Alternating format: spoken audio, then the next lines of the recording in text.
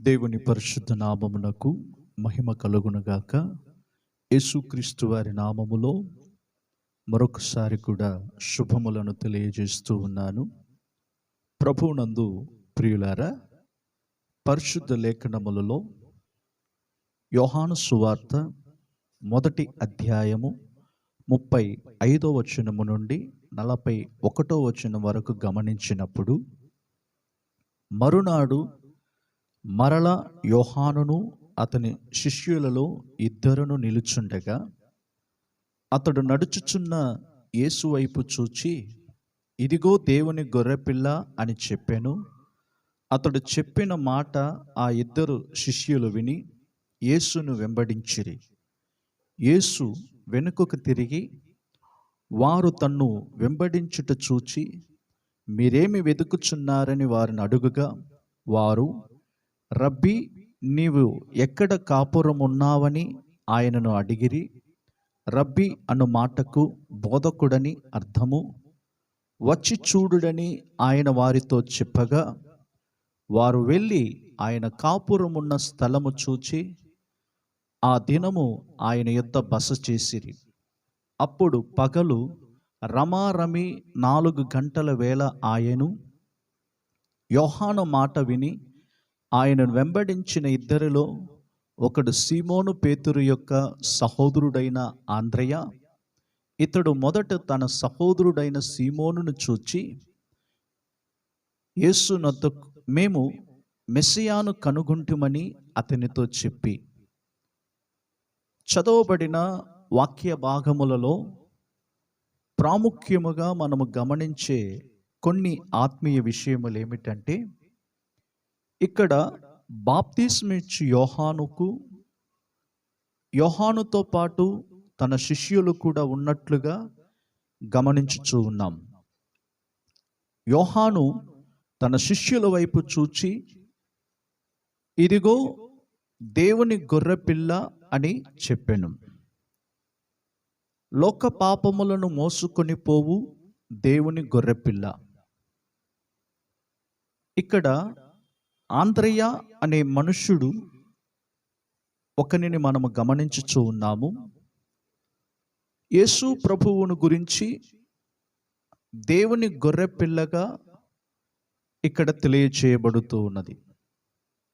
మరి ఆంద్రెయ యొక్క జీవితములో యేసు ప్రభువును దేవుని గొర్రెపిల్లగా చూడగలిగాడు. ఆంద్రెయ బెత్సాయిదా కాపరుస్తుడైనటువంటి వాడు. అలాగే తన జీవితమందు తగ్గింపు కలిగిన ఒక వ్యక్తిగా మనము గమనించగలం. నా ప్రియ దేవుని బిడలారా, క్రైస్తవ మార్గములో ప్రతి ఒక్కరము కూడా తగ్గింపు కలిగి ప్రభు పాద సన్నిధిలో మనం పాలు పొందుతూ ఉన్నప్పుడు మనము దేవునితో కూడా సహవాసము చేయగలిగిన వారముగా ఉంటున్నాం. కనుకనే యోహాను ఎప్పుడైతే ఈ మాటలను చెప్పాడో, యోహానుతో పాటు ఉన్న ఆ ఇద్దరు శిష్యులు ఆ మాటలు విని యేసును వెంబడించారంట. మరి యేసు ప్రభువు వారు వెనుకకు తిరిగి వారు తన వెంబడించుట చూచి, మీరేమి వెతుకుచున్నారని వారిని అడుగుగా, అప్పుడు వారు చెప్పిన మాట ఏమిటంటే, రబ్బీ, నీవు ఎక్కడ కాపురం ఉన్నావని అడిగారు. అందుకు యేసు ప్రభువు వారు వచ్చి చూడుడని ఆయన వారితో చెప్పగా, వారు వెళ్ళి ఆయన కాపురమున్న స్థలమును చూశారు. ఆ దినమందు ఆయన యొద్ద బస చేసిరని చెప్పి వాక్య భాగములో మనము గమనించగలుగుతూ ఉన్నాం.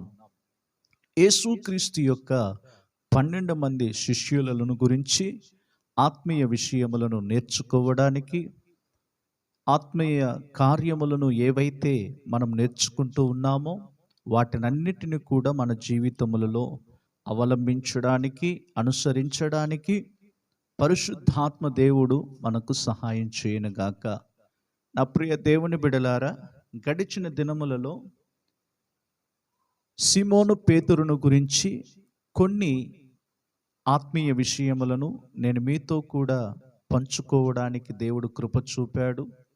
మరి ఈ సమయములో ఆంద్రయాను గురించి కొన్ని ఆత్మీయ విషయములను మనము తెలుసుకొని దాని ప్రకారముగా మన జీవితాలు కూడా కట్టబడాలని ప్రభు సన్నిధిలో మన హృదయములను అప్పగించుకుందాం.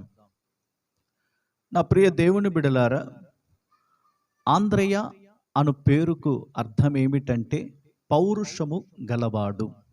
ఆంద్రయ పేరుకు అర్థం ఏమిటంటే పౌరుషము గలవాడు. ఇతడు బెత్సయేదా కాపరస్తుడై ఉన్నాడు. ఆ ప్రాంతములో నివసించేటువంటి వాడు కనుక ఈ ఆంద్రయ యొక్క జీవితములో మొట్టమొదటిగా దేవుని గొర్రెపిల్లగా పిలువబడుచున్నటువంటి మెస్సయ్య అనే యేసు ప్రభువును కనుగొనగలిగాడు.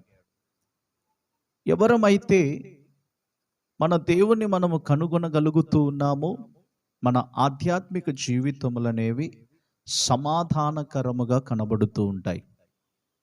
యేసు ప్రభువును వెంబడించుచున్న ఆ సమయములో ఆయన వెనుకకు తిరిగి వారిని అడిగినప్పుడు, నీవెక్కడ ఉన్నావని చెప్పి ఆ ప్రశ్న వేసినప్పుడు యేసు ప్రభు వారు వెంటనే వచ్చి చూడుడి అని చెప్పాడు.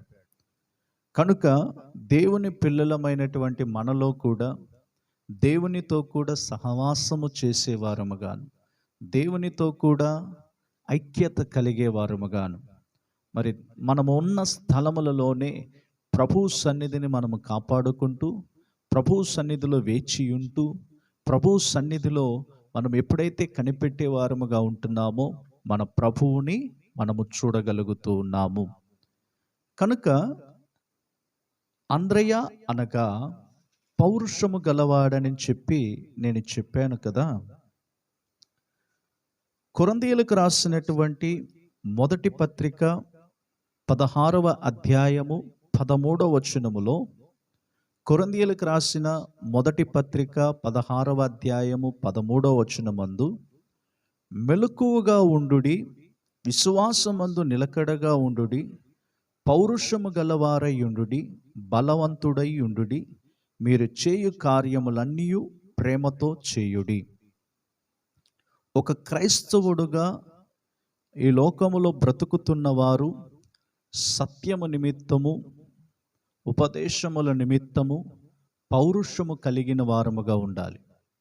క్రైస్తవ జీవితాన్ని ప్రారంభించిన ప్రతి ఒక్కరిలో కూడా పౌరుషం అనేది మనలో ఉండాలని ఈ వాక్యముల ద్వారాగా మనము గమనించుచూ ఉన్నాం. అనగా క్రీస్తులోనికి వచ్చిన తర్వాత, ఈ క్రైస్తవ జీవితమును మనం ప్రారంభించిన తర్వాత మనలో ఒక వైరాగ్యము లేకుంటే దైవభక్తి కలిగిన వారముగా, ఎప్పుడైతే మనము దైవభక్తి కలిగి ఈ జీవితాన్ని మనము ఎప్పుడైతే కొనసాగిస్తూ ఉన్నామో మనలో ఒక పౌరుషం అనేది కనబడుతూ ఉన్నది. నా ప్రియ దేవుని బిడ్డలారా, ఏ ఏ విషయాలలో మనం పౌరుషము కలిగి ఉండాలో దేవుని వాక్యానుసారముగా మనము గమనించినట్లయితే, యోబు గ్రంథము 40వ అధ్యాయము 7వ వచనములో మనము చూస్తూ ఉన్నాము.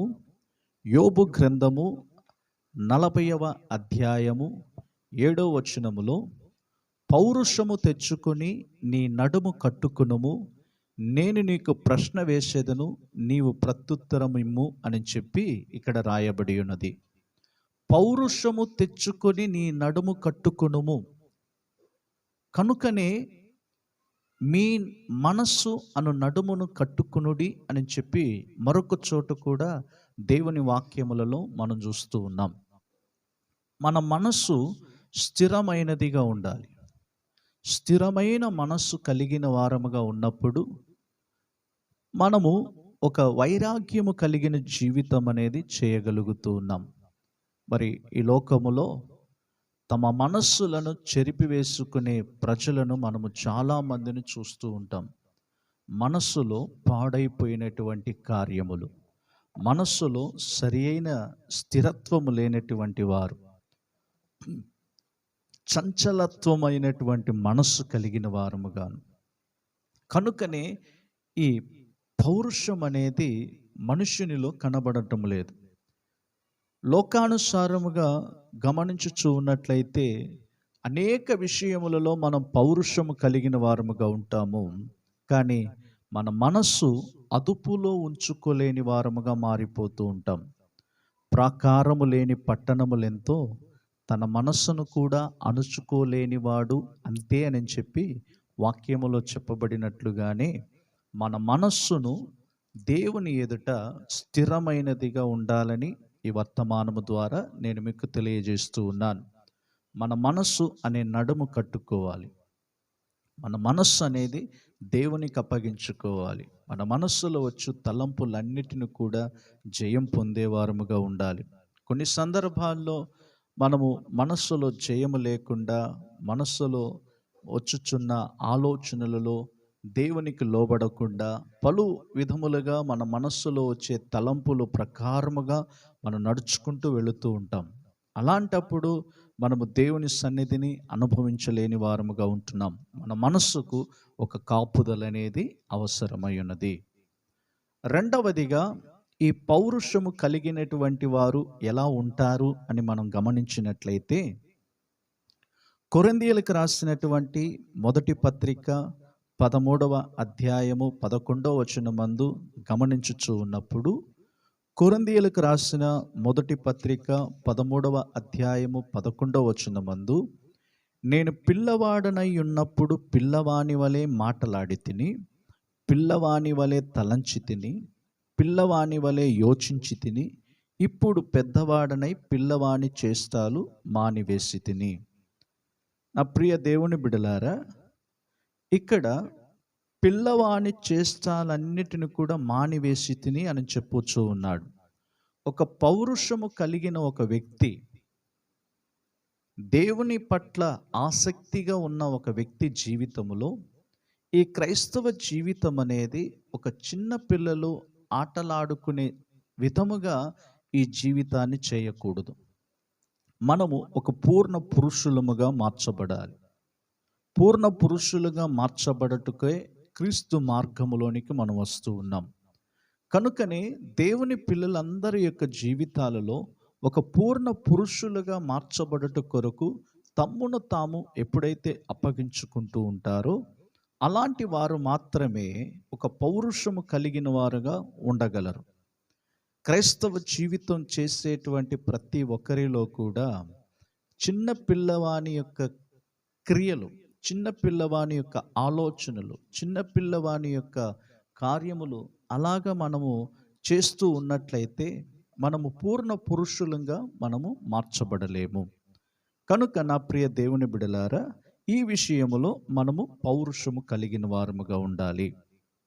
మూడవదిగా, యాకోబు పత్రిక 3వ అధ్యాయము 2వ వచనములో మనము గమనించుచూ ఉన్నప్పుడు, యాకోబు పత్రిక 3వ అధ్యాయము 2వ వచనములో, అనేక విషయములలో మనమందరము తప్పిపోవచ్చున్నాము, ఎవడైనను మాట యందు తప్పని ఎడల అట్టివాడు లోపము లేనివాడై తన సర్వ శరీరమును స్వాధీనమందుంచుకొన శక్తి గలవాడగును అని చెప్పి చెప్పబడుతూ ఉన్నది.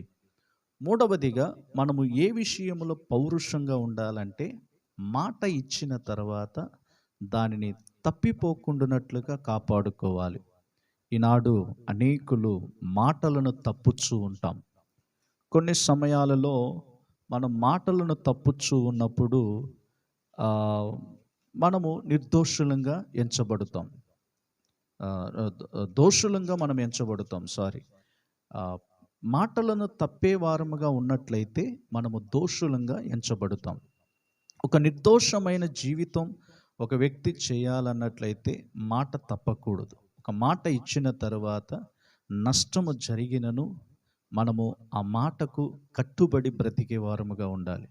మరి క్రైస్తవ జీవితం అనేది ఒక పౌరుషము కలిగిన జీవితము గనుక మన మాటలను తప్పే వారముగా ఉండకూడదు. నేడు అనేకులు రక్షణ పొందుతున్నారు. నీటి బాప్తిస్మము తీసుకుంటూ ఉన్నారు. మరి చాలామంది క్రైస్తవ మార్గంలోనికి వస్తూ ఉంటారు. మరి అనేకులు మాట తప్పేవారముగా ఉంటున్నాం. కొన్ని సమయాలలో నేను కూడా మాటలను తప్పుచూ ఉన్నప్పుడు మనకు అది వేదన అనేది కలుగజేస్తూ ఉంటున్నది. అనుకున్న సమయములో మనం వెళ్ళకపోవచ్చు ఉన్నప్పుడు, చేరలేకుండా పోతూ ఉన్నప్పుడు మనం మాటలను తప్పేవారముగా ఉంటున్నాం. మన మాట అవునంటే అవును, కాదంటే కాదన్నట్లుగా దేవుని వాక్యం అనేది మనకు బోధించుచూ ఉన్నది. కనుక నా ప్రియ దేవుని బిడలారా, క్రైస్తవ జీవితం అనేది ఒక పౌరుషముతో కూడిన జీవితమై ఉన్నది. ఆంద్రయ్య పేరుకు అర్థం ఏమిటంటే పౌరుషము గలవాడు అని చెప్పి ఈ ఒక్క మాటను గురించి చెప్పబడిన కొన్ని ఆత్మీయ విషయములను మీ ముందు ఉంచాను. మరి పౌరుషము కలిగిన వారు క్రైస్తవ జీవితములో వారు ఎలా ఉంటారంటే తమ మనస్సును దేవుని స్వాధీనములోనికి తీసుకుని వస్తారు. రెండవదిగా పిల్లవాని చేష్టాలన్నీ కూడా విడిచిపెట్టేవారుగా ఉంటారు. మూడవదిగా మాట తప్పని వారుగా ఉంటారు. క్రైస్తవ జీవితము కొనసాగిస్తున్నటువంటి మన అందరిలో కూడా ఈ మూడు కార్యములు మనలో ఉండాలి. మరి ఇంకను రాబోయే దినాలలో అనేక ఆత్మీయ విషయములను ఆంద్రయాను గురించి మనం నేర్చుకోవడానికి పరిశుద్ధాత్మ దేవుడు మనకు సహాయం చేయనుగాక. ప్రేమ కలిగిన మా తండ్రి, మీకు స్తోత్రాలు చెల్లిస్తూ ఉన్నాము. ఆశీర్వదించబడిన ఈ సమయములో యేసుక్రీస్తు యొక్క 12 మంది శిష్యులను గురించి మేము నేర్చుకుంటూ ఉన్నాము గనక మా జీవితాలలో ప్రభువా, మేము మనస్సులో స్థిరత్వము కలిగిన వారముగా ఉండాలని, చంచలత్వము లేకుండా స్థిరమైన మనస్సును మాకు అనుగ్రహించండి. పూర్ణ పురుషులుగా మమ్మల్ని మార్చండి. మాట తప్పని వారముగా మమ్మల్ని నడిపించమని ప్రార్థిస్తూ ఉన్నాము. కడవరి దినములలో ప్రభువా, మేమేమాత్రము కూడా మీ యొద్ద నుండి మేము తొలగిపోకుండానట్లు మమ్మలను ప్రభువా మీ యొద్దకు నడిపించమని ప్రార్థిస్తూ ఉన్నాము. మరి ఆంద్రయ యొక్క జీవితములో పౌరుషము గలవాడై ధైర్యవంతుడుగా దేవా మీ సన్నిధిలో ప్రభువా మిమ్మలను వచ్చి చూసి మీతో ప్రభువా ఒక దినమందు గడిపిన విధముగానే అలాగనే ప్రతి క్రైస్తవులమైన మా జీవితాలలో ప్రభువా మేము మీతో గడిపే కృప మా అందరికీ దయచేయండి. సమస్త స్తుతి, ఘనత, మహిమ, ప్రభావములు మీరే పొందుకోమని యేసు నామములో ప్రార్థించుచున్నాము తండ్రి. ఆమేన్. Praise the lord.